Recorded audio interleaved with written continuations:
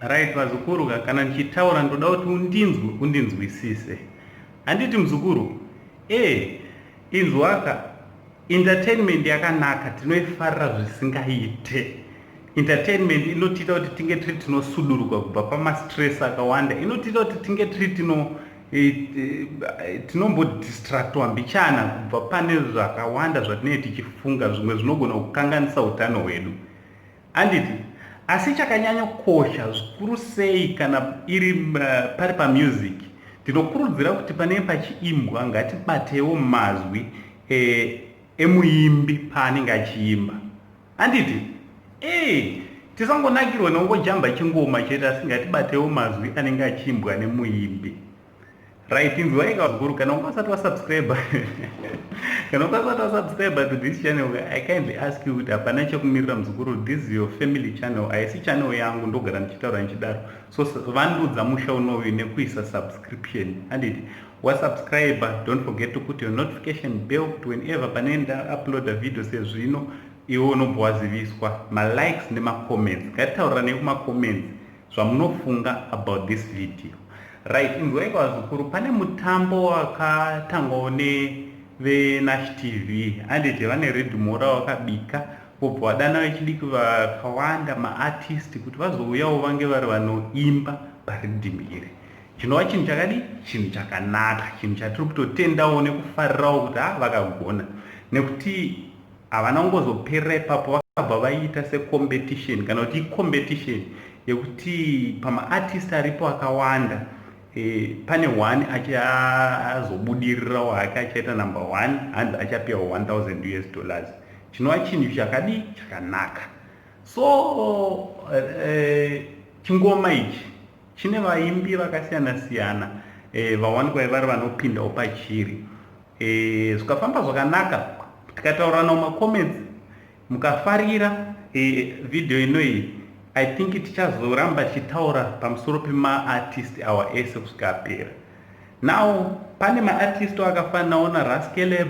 Handiti, muchinda wekumboimba tokwe mukosi amai weka, handimamuziva, tangoti kozotiwo anandunge youth varipo. Handiti, vakawanda vechidiki varipo, maupcoming akawanda aripo, also Jamaster aripo, pazoita futi Freeman, Doctor varipo. Handiti, chinova chinhu chakadi, chinhu chakanaka.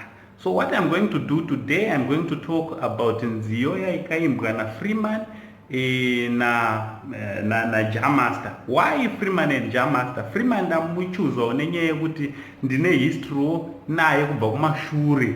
Ndinofarira inangu, ndinomufarira Freeman, not kuti handifarire vamwe vese, ndinovafarira, but ndinofarira Freeman nekuti aane time ari muindustry.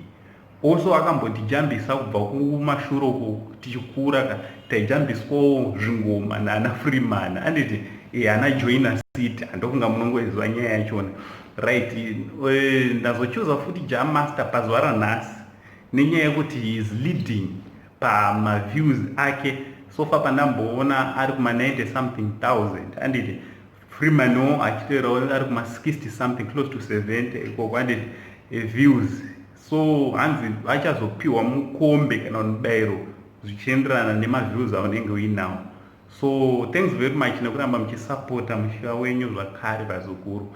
Right, ndichatanga kutibata ngoma rabikwa nemuchinda anonzi iye Jamaster. Right, raJamaster ari kupisa, haarova ngoma, atsikirira ngoma, mukomana aremera vamwe. Handiti, right, Jamaster abva aimba nziyo inonzi Hello Mwari. Right, Hello Mwari, vazukuru, ndiri kutsanangura sekunzwisisa kwangu, handisi kuti ndo zvairehwa naJamaster kana naFreeman. Mundibate ipapo, mundibatisise. Because vamwe vanozoya achiti se wadai hazvina kunzwa, anga asingareve izvozvo. Aiwa, inini nekunzwisisa kwangu. So imi mune right futi yekunzwisisa manzwisiro enyu, endai munoteerera ngoma iyo kune vasati vateerera, then totaurira mumacomments, hapana chakaipa, muchindivhurawo meso neno ndichikuvhuraiwo meso. Right, Jamaster aipa nziyo yake yakanzi Hello Mwari, anga achiimba achiti Hello Mwari. Hanzi varipo vanhu hanzi vada kunditsara Mwari, hanzi varipo vanhu vada kunditsara Mwari, hanzi asi musapindire Mwari nekuti nyaya yachona haisi spiritually, so ndichadhila nawo physically, right? Inzwaika inini ndabva ndaitora seprayer iri kuitwa naJah Master kuti aiwaka mulife matiri kuraramaka pane vanhu vanenge vakatokusita sona newe muzukuru. Varipo vanhu vakadaro vanenge vasingatofariri zvaunenge uchiita ka, vanenge vari tek newe, handiti iwo zvaunongoita ka, iwe uchingofonera Mwari, pfugama nemabvi ako ubva wati Mwari ndirwirei. Asiwo zvakare ka JAH Master ari kutaura kuti inini ndoda kuriinterpreta ndichidaiwo inini paari kutaura achiti varipo vanhu vada kunditsara but imimi musapindire. Mozoti pane vamwe in fact pane dzimwe nyaya dzedu dzinenge dzichiitika mulife medu hadzisi dzese dzinongoda kudhilwa nadzo spiritually, dzimwe dzachona dzinodhila nadzo physically. How? Kuvhara muromo chaiko muzukuru. Sometimes pane mumwe miedzo inotouya hazvitori necessary kuti unge uri unotaura. Zvimwe zvachona kunyarara chaiko paunotokonywa iwe chingoti Mwari I will deal with this physically by keeping quiet. Dziripo dzimwe spiritual, but some of these stories, some of these issues ndiri kutoona JAH Master achiti Mwari handisi kuda kukunetsai, you are a very busy God, so ini ndirambe ndichikunetsai netunyimwe tunyaya tokuti tusina nebasa rese ka, ndichadhila natwo physically, ndongonyarara, not kudhaya munhu kwete kuti aiwa ndoda kudhaya munhu, aiwa zvisiri handiti. Hanzi ngoma tine mazibhaibheri kurova tizoone hanzi JAH Master ndine ngoma dzakawandisa.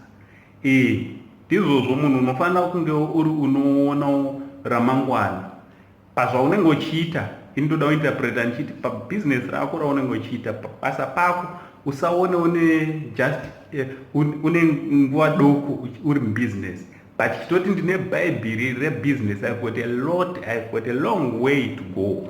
Handiti vazukuru vangu hanzi chishuwo chedu ndechekuti tiende mberi.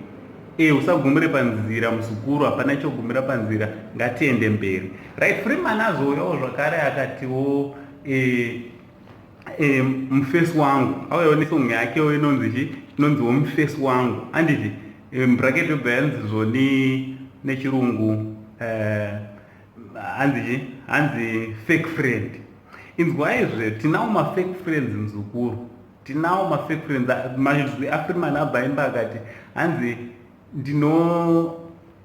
hanzi uchitora nyaya dzangu handiti wobvoenda unopa musikana wangu. Why uchiti zvatinoitaita tiri 2 tichitorwa mafotos tiri uko nevamwe vasikana, iwe unobva wazvitora ubva wanoratidza maV11 kune musikana wangu I think wandiri kuda kuroora. Why? Same face wangu uchidaro. So inzwaka mulife tinavo vanhu vakadaro, vanhu vanenge uchitamba navo ka, but vanenge vachitofudza vachida kutokuona kuti mamistakes ako ese ka. Shamwari, vanhu vamwe havafari nesuccess yako, ivandoda vati mafrenemies, kurova kuti friend yako but iri chokwadi chaicho iri enemy. Iwewo uchimudhonzera padhuze ka, but anokukuvadza munhu yemuzukuru. Imi ndaimozvibvunza kuti sei vanhu kana vakubudirira vachibudirira vanomira kutamba nevanhu vavaiwirirana navo, vanhu vavaitamba navo ubva kare. Ndikazoona kuti aiwa level rinenge rasiyana, pozi vanhu vakatamba nemunhu ane mari iwe uchingoramba uri pasame level anogona kuva dangerous. Ndogona kuva danger kumunhu kutotanga ita godo kuti shamwari yangu atenga mota, ina handina motikari yandiri kumutowo shamwari ndatengawo motikari, mangwana atenga ipo otongozoona kuti beta ndisiya nebhuru wangu uyu ndinotamba nevamwe velevel rangu. Varipo mafrenemies muzukuru mulife, hazvina kunaka zvazvona kuti muitewo vamwe vasikana vakomana, kana vasikana muite vamwe vakomana, kana kuti vakomana muite vamwe vasikana uchidana neumwe. But tinofanira unouyawo dhila neni kuti aiwaka bhuru izvi hazvisi right, this is not good. Not kutora nyaya dzangu dzataita tiri tega ka ubva wanoratidza musikana wangu. aiwa tifane kudaro vazukuru handiti. So ndonyaya ndangoti ndiuye nayo. What do you think nemusic yevakomana ava? Ngatinyorei mumakomenzi ndangotaurawo sekufunga kwangu. And moda here kuti tirambe tipfuurira mberi tibate artist naartist handiti, because I love all vese maartist ndinovafarira handiti, vese macelebrities ndinovada kutotaura nezvavo kutovafarira. Pamwe nditi hey se wakataura nyaya dzamadam box ndedzekare and ndaitoziva ndedzekare, but kutovafarira watoita tikaramba tichitaura nezvavo vanoramba vari mugame. So inzwai kavazukuru, what do you think music necompetition iri kuitika iyi?